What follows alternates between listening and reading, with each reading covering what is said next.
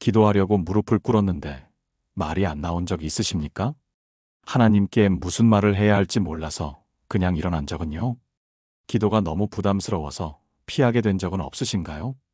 혹시 나는 기도를 잘 못해라고 생각하신 적 있지 않으신가요? 오늘 이 모든 막힘을 뚫어줄 단 3마디를 알려드리겠습니다. 사랑하는 성도님들, 정말 솔직하게 여쭙겠습니다. 기도 시간이 두려우신 적 있지 않으십니까? 새벽 기도회에 나가야 하는데 무슨 말을 해야 할지 막막하셨던 경험 있으시지요? 다른 분들은 유창하게 30분씩 기도하시는데 나는 5분도 채우지 못해서 부끄러우셨던 적 없으신가요? 특히 큰 어려움이 닥쳤을 때 정말 기도해야 하는데 오히려 말이 더 안 나오는 경험하신 적 있으실 겁니다. 머릿속에는 걱정이 가득한데 입에서는 한마디도 나오지 않는 그 답답한 말입니다. 지난주에 한 집사님이 저를 찾아오셨습니다. 60대 중반의 권사님이셨는데 눈가에 눈물이 가득하셨습니다. 목사님, 저 요즘 기도를 못하겠어요. 손자가 아파서 병원에 입원했는데 무릎 꿇고 기도하려고 하면 목이 꽉 막혀요. 뭐라고 해야 할지 모르겠고 말을 시작하면 원망만 나올 것 같아서 무서워요. 30년을 신앙생활 했는데 이제 기도도 못하는 사람이 됐어요. 그분의 고백을 들으면서 제 마음도 아팠습니다. 왜냐하면 저도 그런 경험이 있기 때문입니다. 목사인 제가 이런 말씀을 드리면 놀라시겠지만 저도 기도가 막힐 때가 있습니다. 설교 준비하면서도, 신방 가기 전에도, 심지어 주일 예배인도 직전에도 말입니다. 몇 년 전 어머니가 위독하셨을 때는 정말 한마디도 나오지 않았습니다. 병실 바닥에 무릎 꿇고 입을 열었지만 목구멍이 꽉 막혀서 숨만 쉬었습니다. 그때 깨달았습니다. 기도는 말을 많이 하는 게 아니구나. 유창하게 하는 게 아니구나. 심지어 완전한 문장으로 하는 것도 아니구나. 하나님은 우리의 말보다 마음을 보신다는 것을 말입니다. 믿음의 가족 여러분, 오늘 제가 여러분께 나누고 싶은 것은 바로 이것입니다. 기도가 막혔을 때, 말문이 꽉 막혔을 때, 어떤 말도 나오지 않을 때 할 수 있는 단 3마디의 기도입니다. 이 3마디는 놀랍게도 성경 속에서 수없이 많은 사람들이 사용했던 기도입니다. 예수님도 제자들에게 가르치셨고 초대교회 성도들도 이 짧은 기도로 세상을 변화시켰습니다. 오늘 이 시간 여러분께 7가지 강력한 3마디 기도를 나눠드리겠습니다. 이 기도들은 여러분의 영적 생명줄이 될 것입니다. 말이 막혔을 때, 눈물만 나올 때, 한숨만 나올 때 할 수 있는 기도입니다. 그리고 이 단순한 기도들이 여러분의 삶을 어떻게 바꾸는지 함께 보시겠습니다. 준비되셨습니까? 그럼 지금부터 시작하겠습니다. 첫 번째 3마디 기도부터 함께 나눠보겠습니다. 사랑하는 성도님들, 혹시 이런 경험 있으십니까? 기도를 시작하려고 하는데 하나님이라는 호칭만 부르고 나면 그 다음 말이 안 나오는 경험 말입니다. 하나님, 하나님, 하나님. 그렇게 호칭만 반복하다가 그냥 일어나신 적 없으신가요? 그런데 여러분, 놀라운 사실을 알려드리겠습니다. 그것만으로도 이미 기도가 시작된 것입니다. 성경을 보십시오. 시편 63장 1절에 이렇게 기록되어 있습니다. 하나님이여 주는 나의 하나님이시라. 내가 간절히 주를 찾되 물이 없어 마르고 곤핍한 땅에서 내 영혼이 주를 갈망하며 내 육체가 주를 앙모하나이다. 다윗은 여기서 하나님이여라고 먼저 부릅니다. 다른 말을 하기 전에 먼저 하나님을 호칭합니다. 이것이 기도의 시작입니다. 구약시대 이스라엘 백성들은 하나님의 이름을 함부로 부르지 못했습니다. 너무나 거룩하고 두려운 이름이기 때문입니다. 그런데 예수님이 오셔서 우리에게 무엇을 가르쳐 주셨습니까? 하나님을 아버지라고 부를 수 있는 특권을 주셨습니다. 로마서 8장 15절을 보십시오. 너희는 다시 무서워하는 종의 영을 받지 아니하고 양자의 영을 받았으므로 우리가 아빠 아버지라고 부르짖느니라. 아빠 아버지라는 표현은 아람어로 아빠입니다. 이것은 어린아이가 아빠를 부르는 가장 친밀한 호칭입니다. 한국말로 하면 아빠 아빠지 정도가 되겠습니다. 예수님은 우리에게 이렇게 하나님을 친밀하게 부를 수 있는 권리를 주셨습니다. 그러니 여러분이 하나님이라고 한 번만 불러도, 아버지라고 한 번만 불러도 그것으로 충분합니다. 다른 말이 나오지 않아도 괜찮습니다. 하나님은 그 한마디 호칭 속에 담긴 여러분의 간절함을 아십니다. 한 자매님의 이야기를 나눠드리겠습니다. 55세 되신 분인데 남편이 갑자기 쓰러져서 중환자실에 들어가셨습니다. 뇌출혈이었습니다. 그 자매님은 중환자실 밖 의자에 앉아서 밤새도록 무릎을 꿇었습니다. 그런데 기도가 나오지 않았습니다. 머릿속은 온통 걱정과 두려움뿐이었습니다. 그래서 그분은 그냥 하나님, 하나님, 하나님 이라고만 계속 불렀습니다. 1시간 동안 그 호칭만 반복했습니다. 때로는 소리내어, 때로는 속으로, 때로는 눈물과 함께 말입니다. 다음 날 아침 의사 선생님이 나오셨습니다. 기적적으로 출혈이 멈췄고 생명에는 지장이 없다는 소식이었습니다. 그 자매님은 나중에 제게 이렇게 말씀하셨습니다. 목사님, 저는 그날 밤 제대로 된 기도 한마디도 못했어요. 그냥 하나님, 하나님 이라고만 불렀어요. 그런데 하나님은 제 그 한마디를 들으셨어요. 완전한 문장이 아니어도, 논리적이지 않아도 하나님은 제 마음을 다 아셨어요. 사랑하는 여러분, 이것이 첫 번째 3마디 기도입니다. 아니, 사실은 한마디 기도입니다. 하나님. 그냥 이 한마디면 충분합니다. 다른 말이 나오지 않아도 괜찮습니다. 하나님은 그 호칭 속에 담긴 여러분의 모든 마음을 아십니다. 오늘부터 기도가 막히면 이렇게 해보십시오. 하나님, 하나님, 하나님. 그냥 부르십시오. 어린아이가 아빠를 부르듯이 말입니다. 그것만으로도 이미 기도는 시작된 것입니다. 그리고 하나님은 그 기도를 들으십니다. 이제 두 번째 강력한 3마디 기도를 함께 나눠보겠습니다. 믿음의 가족 여러분, 혹시 기도할 때 이런 부담감 느끼신 적 있으십니까? 뭔가 영적으로 깊이 있게 기도해야 할 것 같고, 성경 구절도 인용해야 할 것 같고, 하나님의 뜻을 구해야 할 것 같은 그런 부담감 말입니다. 그래서 기도하기가 더 어려워지는 경험이 있으시죠? 그런데 여러분께 좋은 소식이 있습니다. 성경에서 가장 짧으면서도 가장 강력한 기도 중 하나가 바로 도와주세요입니다. 마태복음 14장을 보시겠습니다. 예수님께서 제자들보다 앞서 배를 타고 가라고 하시고 자신은 기도하러 산에 오르셨습니다. 그런데 밤중에 풍랑이 일었습니다. 제자들이 탄 배가 파도에 시달리고 있었습니다. 예수님이 새벽에 바다 위로 걸어서 제자들에게 오셨습니다. 베드로가 예수님께 말했습니다. 주여, 만일 주님이시거든 나를 명하사 물 위로 오라 하소서. 예수님이 오라고 하셨습니다. 베드로가 배에서 내려 물 위로 걸었습니다. 처음에는 잘 걸었습니다. 그런데 바람을 보고 무서워하기 시작했습니다.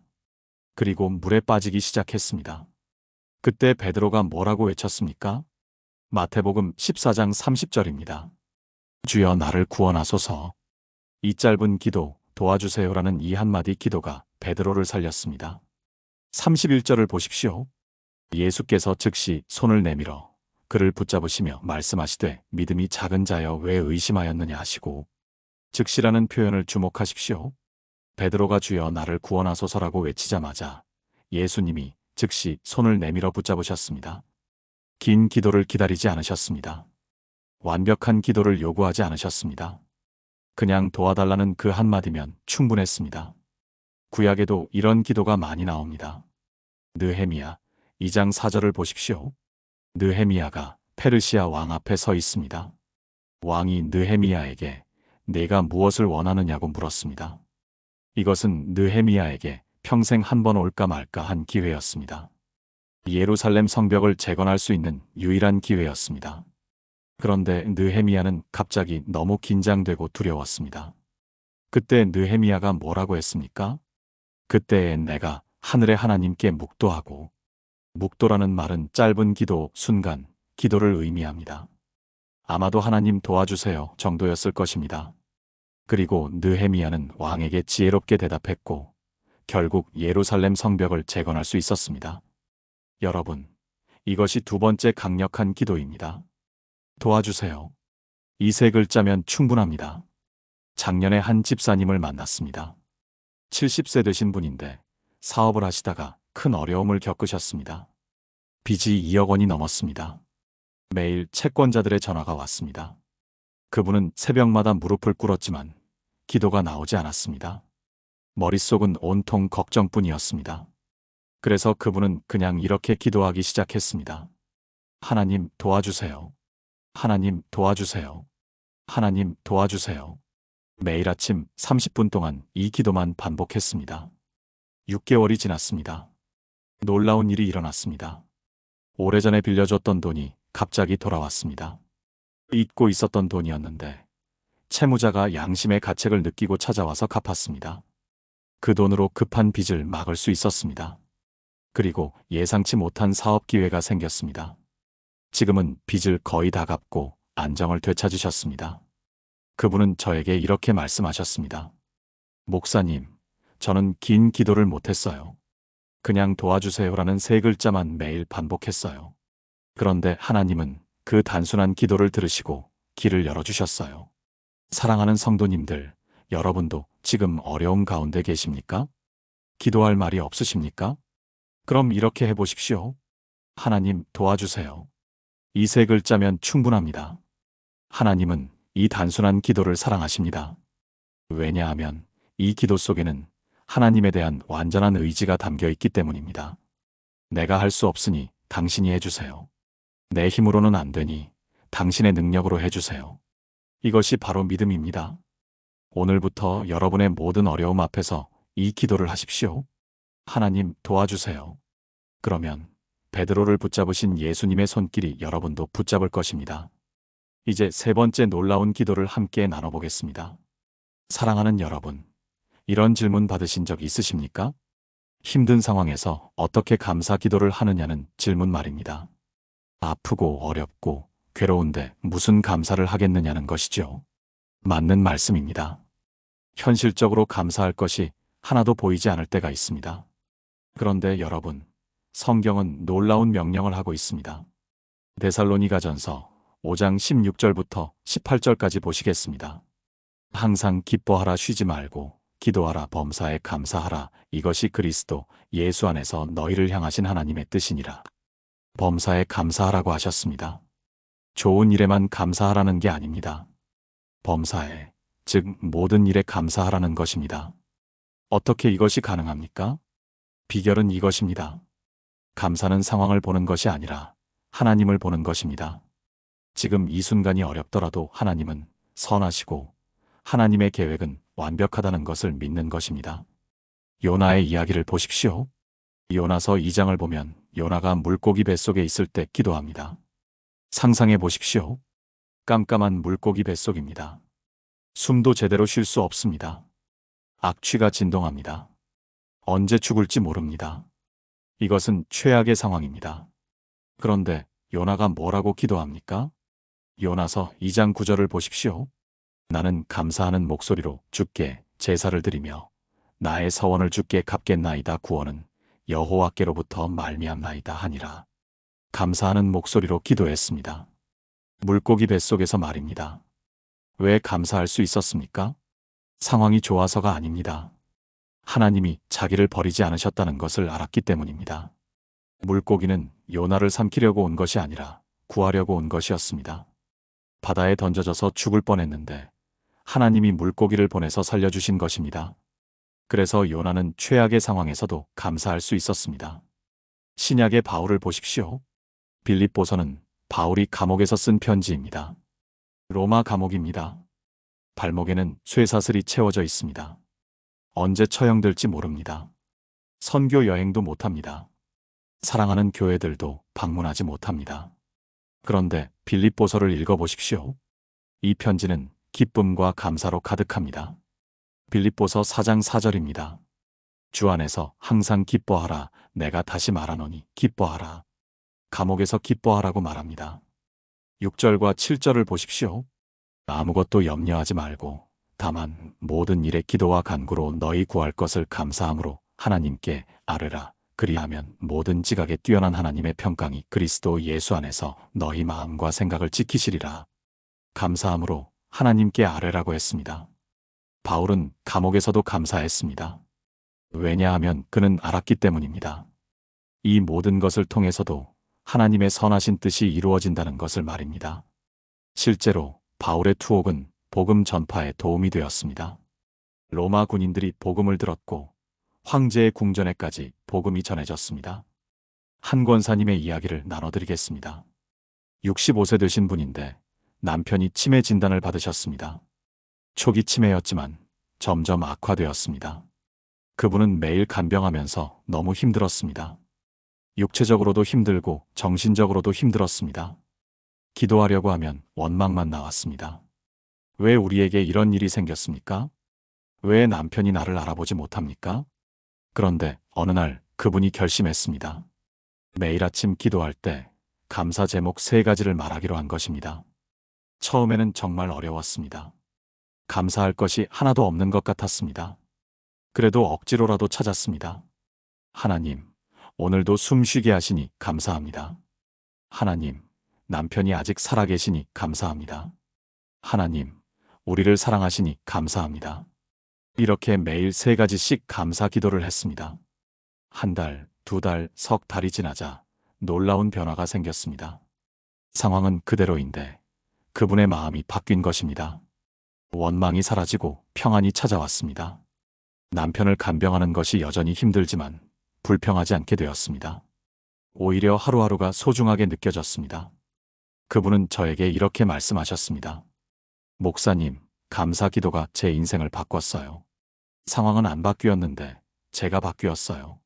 전에는 없는 것만 보였는데 이제는 있는 것이 보여요. 전에는 잃은 것만 생각했는데 이제는 남은 것에 감사해요. 사랑하는 성도님들, 이것이 3번째 강력한 기도입니다. 감사합니다. 이 3글자를 매일 하십시오. 상황이 좋을 때만이 아니라 어려울 때도 하십시오. 감사 기도는 우리의 시선을 바꿉니다. 문제에서 하나님께로, 없는 것에서 있는 것으로, 잃은 것에서 남은 것으로 말입니다. 오늘부터 매일 아침 3가지 감사 제목을 말해보십시오. 하나님, 감사합니다. 이 기도가 여러분의 인생을 바꿀 것입니다. 이제 4번째 치유의 기도를 함께 보겠습니다. 믿음의 가족 여러분, 혹시 이런 경험 있으십니까? 기도하려고 무릎을 꿇었는데 마음이 불편한 경험 말입니다. 뭔가 하나님과 나 사이에 담이 있는 것 같은 느낌 말입니다. 기도가 천장을 뚫고 올라가지 않는 것 같은 답답함이 있으시지요? 그럴 때는 대부분 우리 안에 용서받지 못한 죄가 있기 때문입니다. 시편 66편 18절을 보십시오. 내가 내 마음에 죄악을 품으면 주께서 듣지 아니하시리라. 죄를 품고 있으면 하나님이 기도를 듣지 않으신다고 했습니다. 이것은 하나님이 우리를 미워하셔서가 아닙니다. 죄가 우리와 하나님 사이를 가로막기 때문입니다. 이사야 59장 1절과 2절을 보시겠습니다. 여호와의 손이 짧아 구원하지 못하심도 아니요 귀가 둔하여 듣지 못하심도 아니라 오직 너희 죄악이 너희와 너희 하나님 사이를 갈라놓았고 너희 죄가 그의 얼굴을 가리어서 너희에게서 듣지 않으시게 함이니라. 죄가 하나님과 우리 사이를 갈라놓는다고 했습니다. 그래서 우리에게 필요한 것이 회개의 기도입니다. 용서하세요라는 3글자 기도입니다. 다윗의 이야기를 보시겠습니다. 다윗은 이스라엘의 위대한 왕이었습니다. 하나님이 사랑하시는 사람이었습니다. 그런데 다윗이 큰 죄를 지었습니다. 밧세바를 범하고 그의 남편 우리아를 죽였습니다. 다윗은 1년 동안 이 죄를 숨겼습니다. 왕이니까 아무도 책망하지 못했습니다. 그런데 다윗의 영혼은 죽어가고 있었습니다. 시편 32편 3절과 4절을 보십시오. 내가 입을 열지 아니할 때에 종일 신음함으로 내 뼈가 쇠하였도다. 주의 손이 주야로 나를 누르시오니 내 진액이 빠져서 여름 가뭄에 마름같이 되었나이다. 죄를 고백하지 않으니 다윗의 몸과 마음이 쇠약해졌습니다. 그런데 나단 선지자가 와서 다윗의 죄를 책망했습니다. 그때 다윗이 어떻게 했습니까? 사무엘하 12장 13절을 보십시오. 다윗이 나단에게 이르되 내가 여호와께 죄를 범하였노라 하매 나단이 다윗에게 대답하되 여호와께서도 당신의 죄를 사하셨나니 당신이 죽지 아니하려니와. 다윗이 내가 죄를 범하였다고 고백했습니다. 그러자 나단이 즉시 하나님이 당신의 죄를 사하셨다고 선포했습니다. 다윗은 그 후 시편 51편을 썼습니다. 이것은 역사상 가장 위대한 회개의 시입니다. 시편 51편 1절부터 3절까지 보시겠습니다. 하나님이여 주의 인자를 따라 내게 은혜를 베푸시며 주의 많은 긍휼을 따라 내 죄악을 지워주소서. 나의 죄악을 말갛게 씻으시며 나의 죄를 깨끗이 제하소서. 물은 나는 내 죄과를 아오니 내 죄가 항상 내 앞에 있나이다. 다윗은 하나님의 긍휼을 구했습니다. 자기 의로움을 내세우지 않았습니다. 그냥 용서를 구했습니다. 그리고 하나님은 다윗을 용서하셨습니다. 신약에서도 이런 예가 많습니다. 누가복음 18장을 보시겠습니다. 바리새인과 세리가 성전에 기도하러 갔습니다. 바리새인은 길게 기도했습니다. 자기가 얼마나 의로운지 자랑했습니다. 그런데 세리는 멀리 서서 감히 눈을 들어 하늘을 쳐다보지도 못했습니다. 누가복음 18장 13절을 보십시오. 세리는 멀리 서서 감히 눈을 들어 하늘을 쳐다보지도 못하고 다만 가슴을 치며 이르되 하나님이여 불쌍히 여기소서 나는 죄인이로소이다 하였느니라. 세리의 기도는 정말 짧았습니다. 하나님이여 불쌍히 여기소서 나는 죄인이로소이다. 이것이 전부였습니다. 그런데 예수님이 뭐라고 하셨습니까? 14절을 보십시오. 내가 너희에게 이르노니 이에 저 바리새인이 아니고 이 사람이 의롭다 하심을 받고 그의 집으로 내려갔느니라. 무릇 자기를 높이는 자는 낮아지고 자기를 낮추는 자는 높아지리라 하시니라. 세리가 의롭다 하심을 받았습니다. 긴 기도를 한 바리새인이 아니라 짧게 용서를 구한 세리가 의롭다 함을 받은 것입니다. 한 집사님의 이야기를 나눠드리겠습니다. 58세 되신 분인데 20년 전에 사업 파트너를 배신한 적이 있었습니다. 함께 사업하던 친구를 속이고 혼자 큰 돈을 챙긴 것입니다. 그 후로 사업은 잘 되었지만 마음에 평안이 없었습니다. 특히 기도할 때마다 그 일이 생각났습니다. 20년 동안 그분은 제대로 기도하지 못했습니다. 무릎을 꿇으면 그 친구의 얼굴이 떠올랐습니다. 기도하면 위선자 같았습니다. 그래서 점점 교회에서 멀어졌습니다.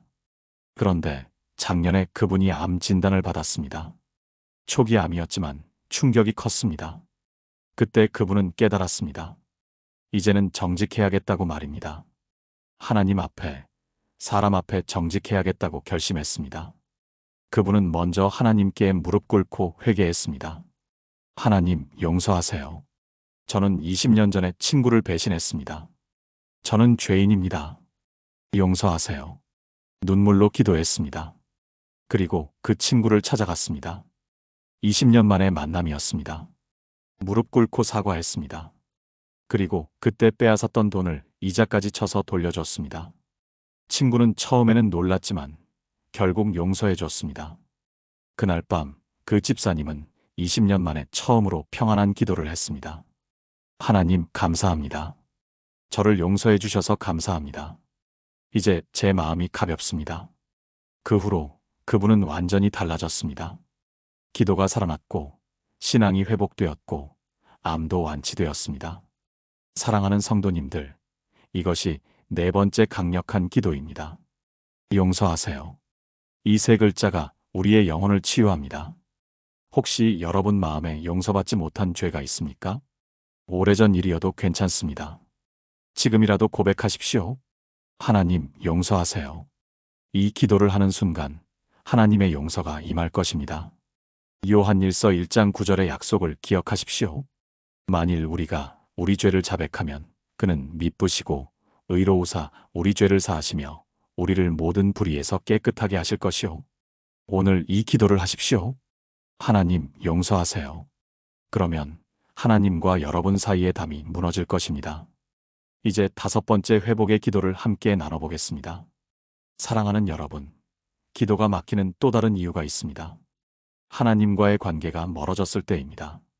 오래 기도하지 않았을 때, 오래 말씀을 읽지 않았을 때, 오래 예배에 나가지 않았을 때 말입니다.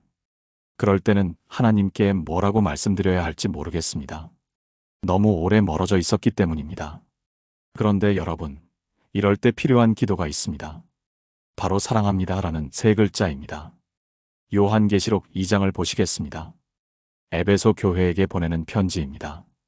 에베소 교회는 훌륭한 교회였습니다. 수고도 많이 했고 인내도 많았고 악한 자들을 용납하지도 않았습니다. 그런데 예수님이 책망하셨습니다. 요한계시록 2장 4절입니다. 그러나 너를 책망할 것이 있나니 너의 처음 사랑을 버렸느니라. 처음 사랑을 버렸다는 것입니다. 에베소 교회는 모든 것을 다 잘했지만 한 가지를 잃어버렸습니다. 주님에 대한 뜨거운 사랑을 잃어버린 것입니다. 처음 예수님을 만났을 때의 그 감격, 그 기쁨, 그 열정을 잃어버렸습니다. 신앙생활은 계속했지만 사랑은 식었습니다. 의무는 다했지만 마음은 멀어졌습니다. 그래서 예수님이 말씀하셨습니다. 5절을 보십시오. 그러므로 어디서 떨어졌는지를 생각하고 회개하여 처음 행위를 가지라. 만일 그리하지 아니하고 회개하지 아니하면 내가 내게 가서 내 촛대를 그 자리에서 옮기리라. 처음 사랑으로 돌아가라는 것입니다. 처음 행위를 가지라는 것입니다. 이것이 회복의 길입니다. 구약의 호세아서를 보시겠습니다. 호세아 선지자는 하나님의 명령으로 음란한 여자 고멜과 결혼했습니다. 이것은 이스라엘과 하나님의 관계를 상징하는 것이었습니다. 고멜은 호세아를 배신하고 다른 남자들에게로 갔습니다. 이스라엘도 하나님을 배신하고 우상을 섬겼습니다. 그런데 하나님이 뭐라고 하셨습니까? 호세아 2장 14절을 보십시오. 그러므로 내가 그를 꾀어 거친 들로 데리고 가서 말로 위로하고, 하나님은 배신한 이스라엘을 다시 꾀어서 위로하겠다고 하셨습니다. 15절 후반부를 보십시오. 그가 거기서 응대하기를 어렸을 때와 애굽 땅에서 올라오던 날과 같이 하리라. 어렸을 때로 돌아가겠다는 것입니다. 처음 사랑으로 돌아가겠다는 것입니다. 16절을 보십시오. 여호와의 말씀이니라. 그날에 내가 나를 내 남편이라 부르고 다시는 내 바알이라 부르지 아니하리라. 다시 남편이라고 부르게 될 것이라고 하셨습니다. 관계가 회복될 것이라는 약속입니다. 신약에서 베드로를 보시겠습니다. 베드로는 예수님을 3번 부인했습니다. 십자가 지시기 전날 밤의 말입니다. 베드로는 너무나 큰 죄책감에 시달렸습니다. 어떻게 주님을 뵐 수 있겠습니까? 어떻게 용서를 구할 수 있겠습니까? 그런데 예수님이 부활하신 후 베드로를 찾아오셨습니다. 요한복음 21장을 보시겠습니다. 갈릴리 바닷가에서였습니다. 예수님이 베드로에게 3번 물으셨습니다. 15절부터 17절까지입니다. 요한의 아들 시몬아, 내가 이 사람들보다 나를 더 사랑하느냐? 2번째도 같은 질문을 하셨습니다. 3번째도 같은 질문을 하셨습니다. 예수님은 베드로에게 무엇을 물으셨습니까? 일을 잘할 수 있느냐가 아니었습니다. 다시는 부인하지 않겠느냐도 아니었습니다. 나를 사랑하느냐고 물으셨습니다. 이것이 가장 중요한 것이기 때문입니다. 베드로는 3번 다 주여, 그러하나이다. 내가 주를 사랑하는 줄 주께서 아시나이다라고 대답했습니다. 이것으로 베드로는 회복되었습니다. 3번 부인했던 것을 3번 사랑한다고 고백함으로 회복된 것입니다. 한 자매님의 이야기를 나눠드리겠습니다. 52세 되신 분인데 10년 동안 교회를 떠나 있었습니다. 처음에는 너무 바빠서였습니다. 아이들 키우고 일하느라 시간이 없었습니다. 그런데 시간이 지나면서 점점 하나님이 멀어졌습니다. 기도도 안 했고 성경도 안 읽었고 교회도 안 갔습니다. 그렇게 10년이 흘렀습니다. 그런데 작년에 큰 어려움이 닥쳤습니다. 딸이 학교에서 왕따를 당했습니다. 우울증이 왔고 자해까지 했습니다. 그 자매님은 너무 무서웠습니다. 병원도 가고 상담도 받았지만 나아지지 않았습니다. 그때 문득 하나님이 생각났습니다. 10년 만에 처음으로 무릎을 꿇었습니다. 그런데 기도가 나오지 않았습니다. 너무 오랜만이라 뭐라고 해야 할지 몰랐습니다. 그리고 미안했습니다. 10년 동안 한 번도 찾지 않다가 힘들 때만 찾는 것 같아서 말입니다. 그래서 그냥 이렇게 기도했습니다. 하나님 사랑합니다. 그것밖에 나오지 않았습니다.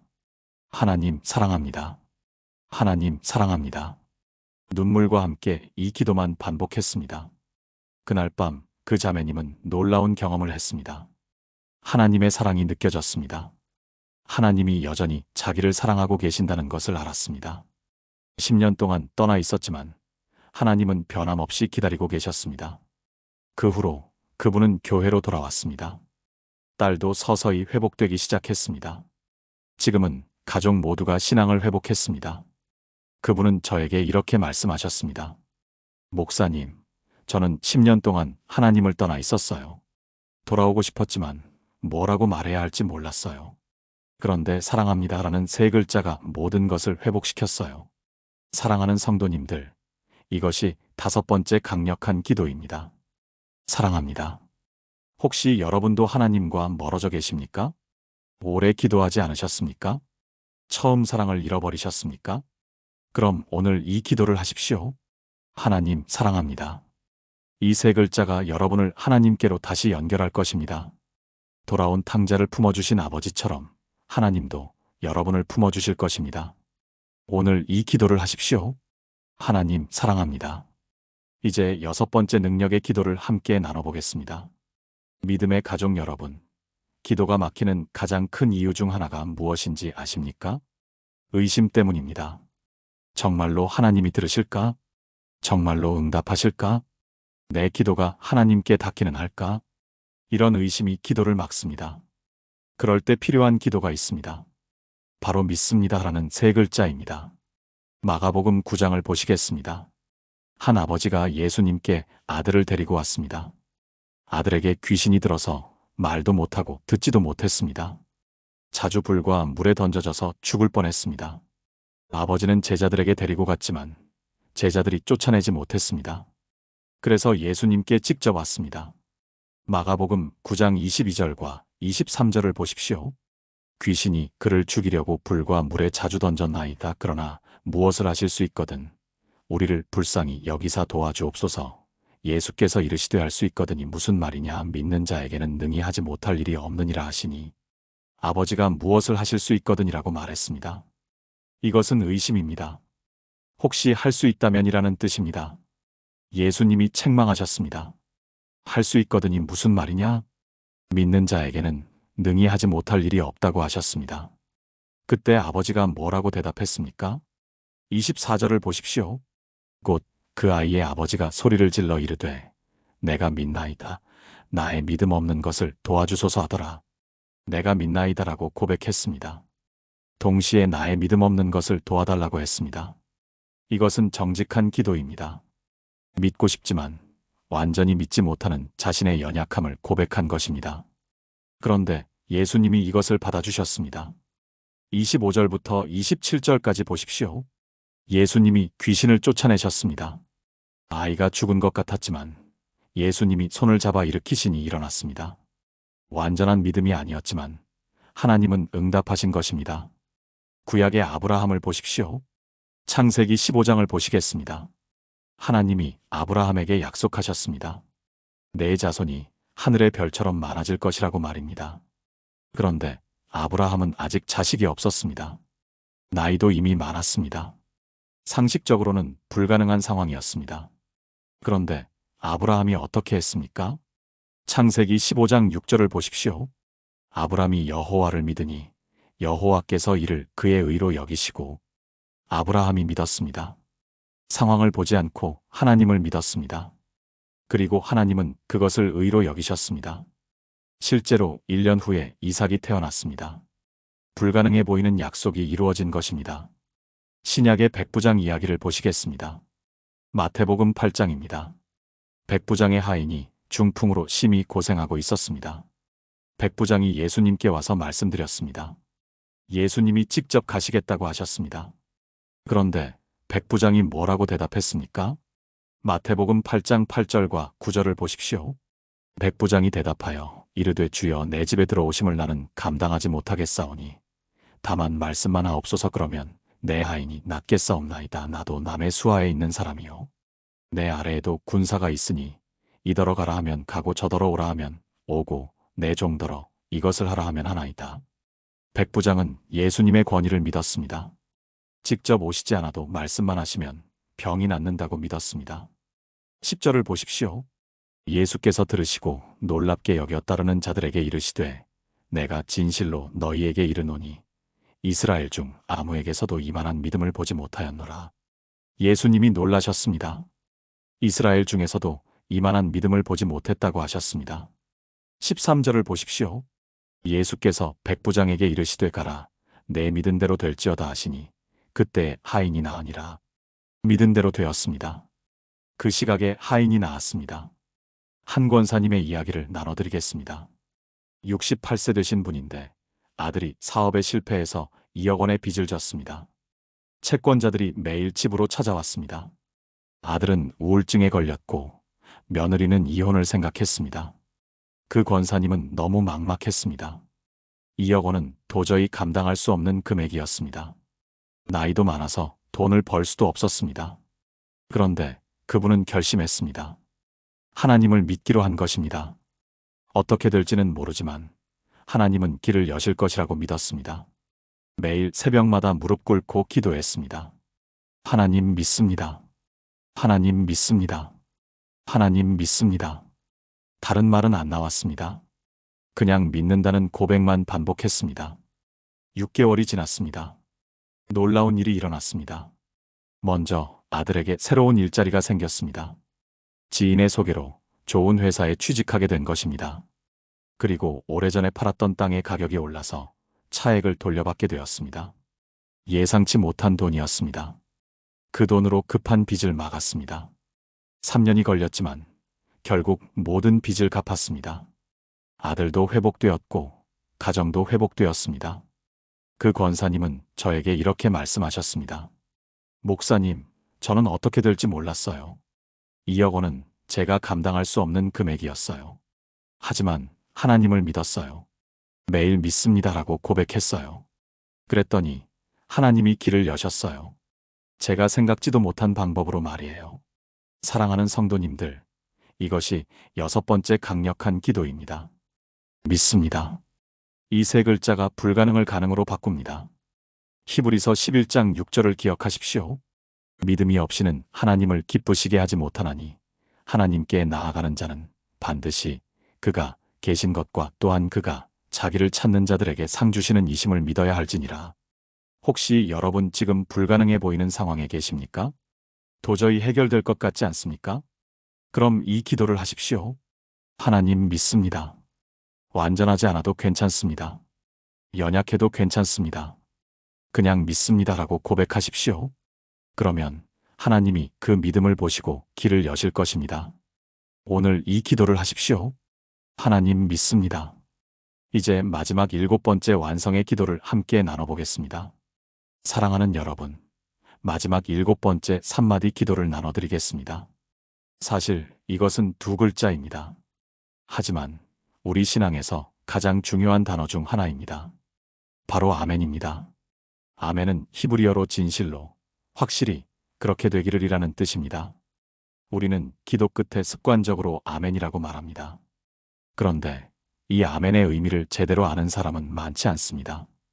아멘은 단순한 기도의 끝맺음이 아닙니다. 아멘은 믿음의 선언입니다. 내가 방금 기도한 모든 것을 하나님이 들으셨고 응답하실 것을 믿는다는 선언입니다. 고린도후서 1장 20절을 보십시오. 하나님의 약속은 그리스도 안에서 예가 되니 그런즉 그로 말미암아 우리가 아멘하여 하나님께 영광을 돌리게 되느니라. 하나님의 모든 약속이 예수 그리스도 안에서 예가 된다고 했습니다. 그래서 우리가 아멘한다고 했습니다. 아멘은 하나님의 약속에 대한 우리의 동의입니다. 하나님이 말씀하신 것이 진실하다는 우리의 확신입니다. 요한계시록을 보시겠습니다. 예수님을 뭐라고 부릅니까? 요한계시록 3장 14절입니다. 라오디게아 교회의 사자에게 편지하라. 아멘이시오. 충성되고 참된 증인이시오. 하나님의 창조의 근본이신 이가 이르시되. 예수님을 아멘이시라고 불렀습니다. 예수님 자체가 하나님의 확실한 약속이시기 때문입니다. 예수님이 바로 하나님의 아멘이십니다. 우리가 기도 끝에 아멘이라고 할 때 우리는 선언하는 것입니다. 이 기도를 예수님의 이름으로 드립니다. 이 기도가 하나님 아버지께 닿았습니다. 하나님이 들으셨고 응답하실 것입니다. 이것이 아멘의 의미입니다. 신명기 27장을 보시겠습니다. 모세가 이스라엘 백성에게 율법을 선포할 때 백성들이 뭐라고 대답했습니까? 각 율법을 선포할 때마다 백성들이 아멘이라고 대답했습니다. 이것은 우리가 이 말씀에 동의합니다. 이 말씀대로 살겠습니다라는 뜻입니다. 느헤미야 8장을 보시겠습니다. 에스라가 율법책을 펴서 읽을 때 백성들이 어떻게 반응했습니까? 느헤미야 8장 6절입니다. 에스라가 위대하신 하나님 여호와를 송축함에 모든 백성이 손을 들고 아멘 아멘하고 응답하고 몸을 굽혀 얼굴을 땅에 대고 여호와께 경배하니라. 아멘 아멘이라고 2번 말했습니다. 손을 들고 온몸으로 동의했습니다. 이것이 아멘의 자세입니다. 한 집사님의 이야기를 나눠드리겠습니다. 62세 되신 분인데 20년 동안 기도 제목이 하나 있었습니다. 큰아들이 예수님을 믿지 않았습니다. 오히려 교회를 반대했습니다. 그 집사님은 20년 동안 매일 아들을 위해 기도했습니다. 하나님, 우리 아들이 예수님을 영접하게 해주세요. 매일 이 기도를 드리고 아멘으로 마쳤습니다. 그런데 세월이 흘러도 아들은 변하지 않았습니다. 오히려 더 완고해졌습니다. 그 집사님은 때때로 낙심했습니다. 정말 하나님이 들으실까? 정말 응답하실까? 의심이 들 때도 있었습니다. 그런데 그분은 포기하지 않았습니다. 매일 기도하고 매일 아멘이라고 선언했습니다. 비록 눈에 보이는 변화가 없어도 하나님이 들으신다고 믿었습니다. 20년이 지났습니다. 작년에 아들이 교통사고를 당했습니다. 큰 사고였지만 기적적으로 살았습니다. 병원 침대에 누워서 아들이 생각했습니다. 내가 왜 살았을까? 그때 어머니의 기도가 떠올랐습니다. 20년 동안 한결같이 자기를 위해 기도하신 어머니가 생각났습니다. 퇴원 후 아들이 어머니에게 말했습니다. 엄마, 교회 한번 가보고 싶어요. 그 집사님은 믿을 수 없었습니다. 20년을 기다린 순간이었습니다. 아들이 교회에 나갔고 3개월 후에 예수님을 영접했습니다. 지금은 열심히 신앙생활하고 있습니다. 그 집사님은 저에게 이렇게 말씀하셨습니다. 목사님, 20년 동안 제가 매일 아멘이라고 고백한 그 믿음을 하나님이 기억하셨어요. 눈에 보이는 변화가 없어도 하나님은 일하고 계셨어요. 제가 아멘이라고 할 때마다 하나님의 응답이 한 발짝씩 가까워지고 있었어요. 사랑하는 성도님들, 이것이 7번째 강력한 기도입니다. 아멘. 이 2글자가 우리의 기도를 완성합니다. 아멘은 단순한 끝맺음이 아닙니다. 아멘은 믿음의 선언입니다.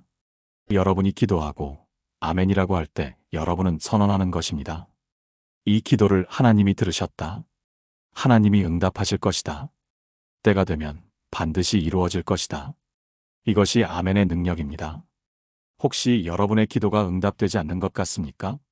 오래 기도했는데 변화가 없습니까? 포기하지 마십시오. 계속 기도하고 계속 아멘이라고 선언하십시오. 하나님은 여러분의 기도를 들으십니다.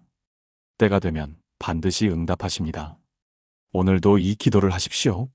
그리고 확신을 가지고 아멘이라고 선언하십시오. 사랑하는 믿음의 가족 여러분, 오늘 우리가 함께 나눈 7가지 강력한 3마디 기도를 정리하겠습니다. 첫째, 하나님이라는 한마디 호칭만으로도 기도는 시작됩니다. 어린아이가 아빠를 부르듯이 그냥 하나님이라고 부르십시오. 둘째, 도와주세요라는 3글자가 불가능을 가능으로 바꿉니다. 물에 빠진 베드로를 즉시 붙잡으신 예수님이 여러분도 붙잡으실 것입니다.